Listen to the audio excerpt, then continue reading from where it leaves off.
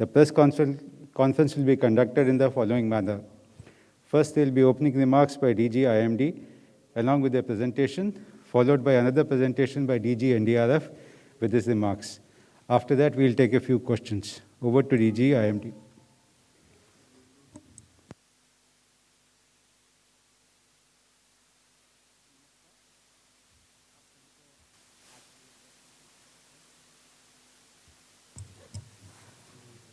नमस्कार। आज की प्रेस कॉन्फ्रेंस में आप सभी को स्वागत है। जैसे आप सभी को पता है कि एक low pressure system bay of Bengal में डेवलप हुआ और इसका निरंतर ध्यान रखते हुए हम टाइम टू टाइम इसका इन्फॉर्मेशन जारी किए हैं, सतर्क सूचना भी। और अभी लेटेस्ट इन्फॉर्मेशन यही है कि दिस लो प्रेशर सिस्टम एक साइक्लोन स्टॉर्म में इंटेंसिफिकेशन हो चुका है आज नून पे। इसके बारे में ज़्यादा डिटेल्स में आपको बताएंगे। अभी ये जो उपग्रह के चित्र आप देख रहे हैं, ये साइक्लोन स्टॉर्म जवाद जो बे ऑफ बंगाल में अभी केंद्रीभूत है और धीरे धीरे ये उत्तर उत्तर पश्चिम दिशा में गति कर रहा है। Next slide please. The low pressure area 30 तारीख को फॉर्मेशन हुआ था अंडमान सी के ऊपर। 2 तारीख शाम को ये डिप्रेशन में परिणत हुआ और 3 तारीख सुबह यानी आज एक डीप डिप्रेशन हो गया और आज नून को ये एक साइक्लोन स्टॉर्म में परिणत हो गया है। इसका नाम है जवाद। ये सऊदी अरबिया का प्रपोज्ड नाम है। इंडिया मेट्रोलॉजिकल डिपार्टमेंट एक रीजनल स्पेशलाइज्ड मेट्रोलॉजिकल सेंटर है, recognised by world meteorological organisations. हम सभी कंट्री को साइक्लोन के बारे में जानकारी देते हैं और जब साइक्लोन डेवलप होता है इसका नामकरण भी करते हैं। इसलिए हम अभी इसका नाम जवाद रखे हैं as per the standard procedure.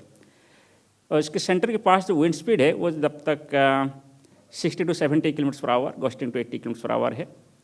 और ये अभी 420 kilometres south east of Visakhapatnam है और 650 kilometre south east of Paradip and 530 kilometres south east of Gopalpur है। Next please. अभी जो साइक्लोन इसका रेखांकित चित्र आप देख पाएंगे कि इसका ट्रैक कैसे रहा है।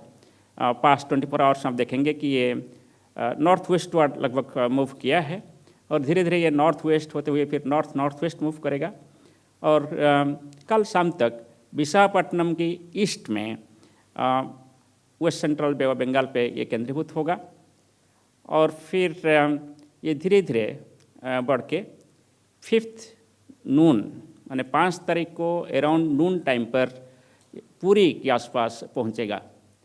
माने 4 तारीख शाम के बाद इसका दिशा परिवर्तन होगा और 4 तारीख शाम से ये साइक्लोन धीरे धीरे नॉर्थ ईस्टवर्ड मूव करेगा along Odisha coast and adjoining north Andhra Pradesh coast आसपास पहुंचेगा। माने 4 तारीख शाम के बाद इसका दिशा परिवर्तन होगा और 4 तारीख शाम से ये साइक्लोन धीरे धीरे नॉर्थ ईस्टवर्ड मूव करेगा along Odisha coast and adjoining north Andhra Pradesh coast. और जब तट के पास होगा, सबसे क्लोज होगा, वो है 5 तारीख अराउंड नून। पूरी एरिया में ये टच करेगा। इसके बाद इसका नॉर्थ ईस्टर्न मूवमेंट जारी रहेगा एलोंग ओडिशा कोस्ट एंड ये पॉसिबिलिटी है कि टच करने के बाद इसका वीकनिंग शुरू होगा और धीरे धीरे ये नॉर्थ ईस्टवर्ड मूव करते हुए वेस्ट बंगाल तट की तरफ गति करेगा। और इसके लिए हम प्री साइक्लोन वॉच इशू किए थे 1 दिसंबर पे और साइक्लोन अलर्ट हम इशू किए हैं और हम इसको फिर साइक्लोन वार्निंग में परिवर्तन करेंगे। स्पेशल वार्निंग पहले हम अंडमान निकोबार आइलैंड्स के लिए दे रहे थे और अभी अंडमान निकोबार आइलैंड्स के लिए हम डी वार्निंग कर चुके हैं क्योंकि अभी ये सिस्टम अंडमान निकोबार आइलैंड से बहुत दूर आ चुके हैं।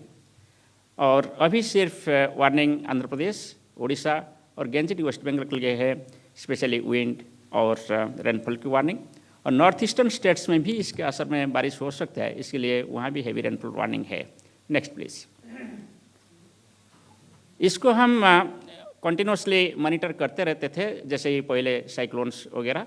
और 18 नवंबर को हम पहला इंडिकेशन दिए थे कि अंडमान सी और adjoining south bay of Bengal में एक साइक्लोनिक डिस्टर्बेंस डेवलप हो सकता है towards the end of the second week.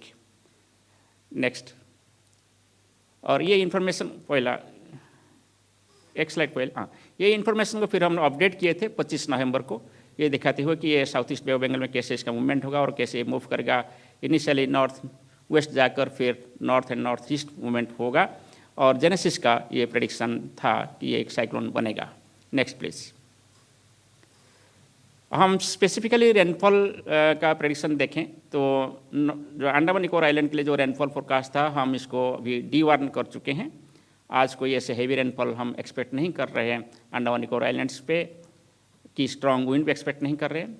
मगर नॉर्थ कोस्टल आंध्र प्रदेश और उड़ीसा के लिए अभी सबसे ज़्यादा वार्निंग है। इसमें heavy rainfall at isolated places commence हो सकता है, शुरू हो सकता है नॉर्थ कोस्टल आंध्र प्रदेश और एडजॉइनिंग साउथ कोस्टल उड़ीसा में आज शाम से, यानी 3 तारीख शाम से शुरू हो सकता है। 4 तारीख को इंटेंसिटी बढ़ेगा रेनफॉल का, और heavy to very heavy rainfall at isolated places और extremely heavy rainfall at isolated places भी हो सकता है north coastal Andhra Pradesh districts जैसे विशाखापट्टनम, श्रीकाकुलम और विजयनगरम में, और उड़ीसा की सभी तटीय डिस्ट्रिक्ट्स में जैसे गंजाम, गजपति, खोर्धा, नयागढ़, पुरी, जगत सिंहपुर, केंद्रापड़ा, ये सभी भद्रक, बालासोर, ये सभी इलाका में heavy to very heavy rainfall at a few places और आइसोलेटेड प्लेसेस में एक्सट्रीमली हेवी रेनफॉल हो सकता है। ये सभी इलाका भुवनेश्वर एंड कटक सिटी को भी इंक्लूड करता है। और 5 दिसंबर को रेनफॉल एक्टिविटी कम हो जाएगा उड़ीसा में, मगर फिर भी heavy to very heavy rainfall हम एक्सपेक्ट कर सकते हैं north coastal Orissa and adjoining interior Orissa. West Bengal और आसाम, मेघालय के लिए, वेस्ट बंगाल के लिए heavy to very heavy rainfall at isolated places हो सकता है 4 तारीख और 5 तारीख को, और आसाम, मेघालय, त्रिपुरा, मिजोरम वगैरह में 5 तारीख और 6 तारीख को heavy rainfall at isolated places हो सकता है। Next please. सो अभी हम इसको ग्राफिकली देखें तो ये जो रेड कलर वार्निंग हम रखे हैं आंध्र प्रदेश में 3 डिस्ट्रिक्ट के लिए हम रेड कलर वार्निंग रखे हैं, वो है श्रीकाकुलम, विजयनगरम एवं विशाखापट्टनम। ये 3 डिस्ट्रिक्ट के लिए विंड स्पीड रहेगा जैसे 80 to 90 kilometre per hour, gusting to 100 kilometre per hour, और रेनफॉल भी रहेगा heavy to very heavy rainfall at a few places and isolated extremely heavy fall specially on 4 December. मगर 3 दिसंबर को आज से बारिश शुरू होगा, इसलिए आज के लिए ऑरेंज कलर वार्निंग है, कल के लिए रेड कलर वार्निंग है। रेड का मतलब होता है कि एक्शन। ऑफ कोर्स ये सभी वार्निंग की वजह से कंसर्न स्टेट गवर्नमेंट और सेंट्रल गवर्नमेंट एजेंसीज एक्शन ले रहे हैं। और इसके बाद लेट अस सी क्या उड़ीसा के लिए वार्निंग है। Next please. District wise warning ये उड़ीसा के लिए आज हम आइसोलेटेड हेवी रेनफॉल वार्निंग दिए हैं, mainly south coastal and adjoining north coastal Orissa districts. But 4 तारीख के लिए हम ज़्यादा इंटेंस रेनफॉल वार्निंग एक्सपेक्ट कर रहे हैं, इसलिए रेड कलर वार्निंग और ऑरेंज कलर वार्निंग जारी है, और सभी कोस्टल डिस्ट्रिक्ट्स और एडजॉइनिंग इंटर डिस्ट्रिक्ट्स के लिए वार्निंग है। और 5 तारीख को जैसे मैं बोल रहा था नॉर्थ कोस्टल डिस्ट्रिक्ट्स में ज़्यादा बारिश होने का उम्मीद किया जा रहा है, और इसलिए अकॉर्डिंगली वहाँ वार्निंग जारी है। Next please. सो विंड्स का बात करें, सो स्क्वाली विंड्स आज रात से शुरू होने वाला है, और 45 to 55 kilometre per our wind speed शुरू होगा मिडनाइट के बाद नॉर्थ कोस्टल आंध्र प्रदेश और साउथ कोस्टल उड़ीसा में पहले शुरू होगा, और धीरे धीरे साउथ कोस्टल उड़ीसा और नॉर्थ कोस्टल उड़ीसा का जो डिस्ट्रिक्ट है और इसके आसपास जो समुद्र है वहाँ होगा। तो सबसे ज़्यादा विंड स्पीड 4 तारीख शाम से शुरू करके 5 तारीख फॉरनून तक और नून तक आप एक्सपेक्ट कर सकते हैं। इसके बाद जैसे नॉर्थ ईस्टर्न साइक्लोन जाएगा, इसका वीकनिंग होने का चांस है जब वेस्ट बंगाल कोस्ट के पास पहुंचेगा, इसलिए वहाँ फिर विंड स्पीड कम होते रहेगा। और कोस्ट की बात करें तो जो मैक्सिमम विंड स्पीड हम एक्सपेक्ट कर रहे हैं north coastal Andhra Pradesh district जैसे विशाखापट्टनम, श्रीकाकुलम, विजयनगरम डिस्ट्रिक्ट्स, और उड़ीसा का जो coastal district starting from Ganjam, Gajapati off to Kendrapara districts, इस डिस्ट्रिक्ट्स में wind speed 80 to 90 kilometre per hour, gusting to 100 kilometre per hour हो सकता है। फिर भी टेम्पररी पीरियड के लिए ये साइक्लोन एक सीवियर साइक्लोन स्टॉर्म रहेगा सी में, जहाँ की wind speed 90 to 100 kilometre per hour, gusting to 100 10 km/h हो सकता है। Next please. वेस्ट बंगाल की बात करें, सो वेस्ट बंगाल में जैसे तटीय इलाका है, west and east Medinipur and north and south 24 Parganas, इस एरिया में पहले बारिश शुरू होगा 4 तारीख को, और 5 तारीख को इस इलाके में बारिश ज़्यादा होगा। और इसके साथ साथ जो गैजेटिक वेस्ट बंगाल है, इसमें जितना डिस्ट्रिक्ट है इंक्लूडिंग कलकत्ता, वहाँ भी हम हैवी रेनफॉल एक्सपेक्ट कर रहे हैं। और यहाँ हमारा उम्मीद है कि heavy to very heavy rainfall होगा, मेनली तटीय इलाका में जो कोस्टल डिस्ट्रिक्ट से है। Next please. और विंड वार्निंग देखें तो जैसे मैं बोल रहा था कि अभी एक साइक्लोन बन चुका है, इसका current wind speed 60 to 70 kmph है, वो धीरे धीरे बढ़ेगा, 65-75 होगा। ऐसे बढ़ते हुए 90 से 100 किलोमीटर, अगस्त में 110 किलोमीटर प्रति घंटा हो सकता है 4 तारीख को मॉर्निंग से शुरू करके नेक्स्ट 24 आवर्स के लिए, यानी 4 तारीख मॉर्निंग से 5 तारीख मॉर्निंग या आफ्टरनून तक ये मैक्सिमम विंड स्पीड हो सकता है। इसके बाद विंड स्पीड डिक्रीज होगा। और स्क्वाली विंड स्पीड जैसे मैं बोल रहा था, आज रात से मध्यरात्र से मिडनाइट से स्क्वाली विंड स्पीड शुरू होगा और धीरे धीरे विंड स्पीड बढ़ेगा, बढ़ के विंड स्पीड 90 kmph तक जा सकता है नॉर्थ कोस्टल आंध्र प्रदेश और उड़ीसा के तटीय इलाका में। जब वेस्ट बंगाल की बात करें, वहाँ विंड स्पीड 4 तारीख शुरू होगा 45 to 55 kmph और बढ़ते हुए 60 to 70 kmph और गस्टिंग टू 80 kmph हो सकता है।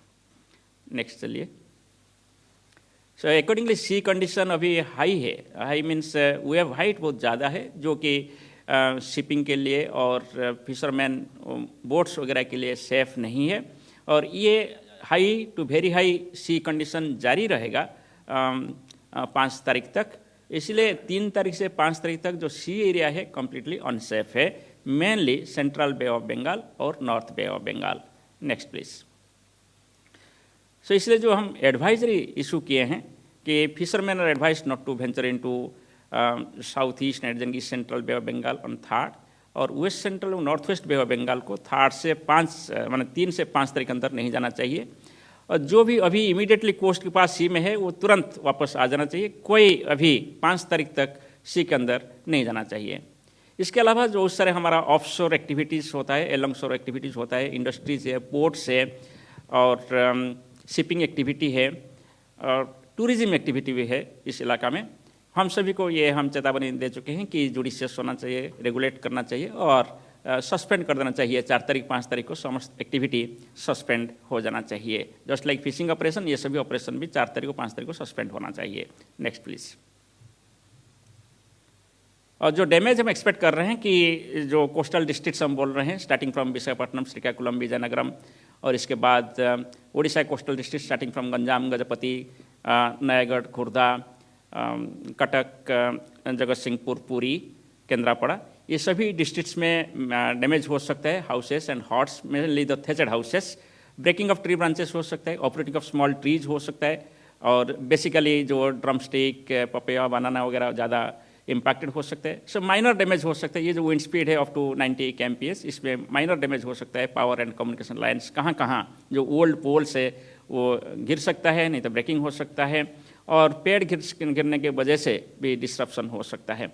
लोकलाइज फ्लडिंग हो सकता है, क्योंकि अभी तक जो बारिश हुआ है ना, सितंबर, अक्टूबर, नवंबर महीना में अच्छा बारिश हुआ है इस एरिया में।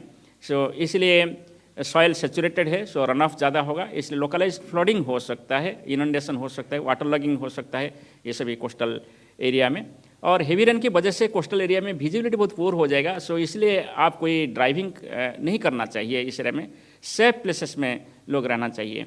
और कच्चा रोड्स भी डैमेज हो सकता है बारिश की वजह से।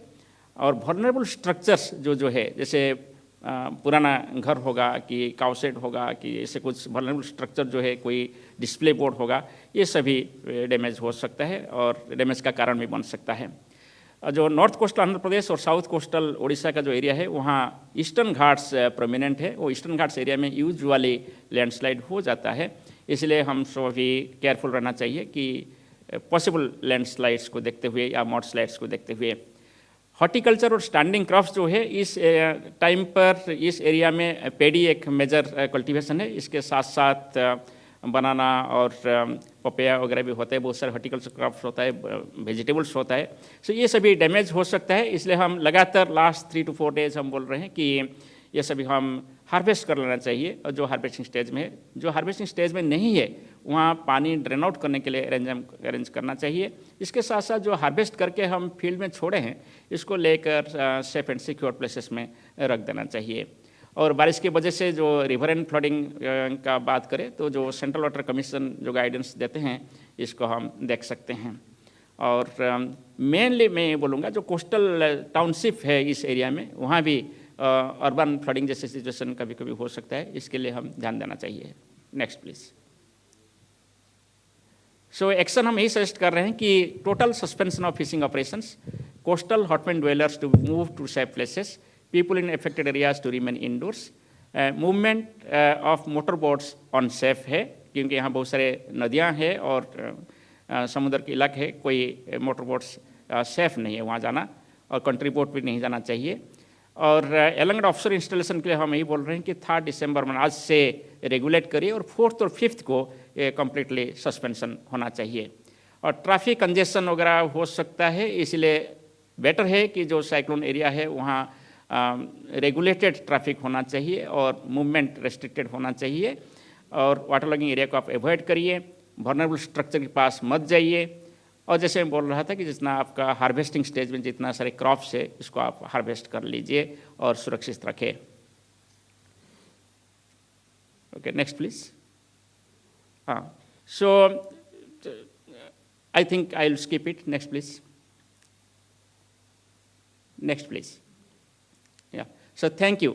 सो ये जो हम बताया कि अभी का स्थिति क्या है और क्या होने वाला है और क्या डैमेज हो सकता है, क्या एक्शन लेना चाहिए, ये सभी को लेकर लगातार लास्ट 3 डेज सभी सेंट्रल एजेंसीज और स्टेट एजेंसीज मॉनिटरिंग कर रहे हैं। रेगुलर मीटिंग हो रहा है, ऑनरेबल प्राइम मिनिस्टर्स भी रिव्यू कर चुके हैं, cabinet secretary, honourable cabinet secretary भी रेगुलरली रिव्यू कर रहे हैं, और ऑनरेबल एमपीज़ के साथ भी हमारा बैठक हो चुका है, जहां DG NDRF and DG IMD दोनों प्रेजेंटेशन देकर ऑनरेबल होम सेक्रेटरी के साथ प्रेजेंटेशन होते हुए ये सभी रिव्यू हो रहा है। हम आपको इसका अपडेट देते रहेंगे। अभी हर 3 घंटे इसका अपडेट जारी होगा इंडिया मेट्रोलॉजिकल डिपार्टमेंट की तरफ से। धन्यवाद।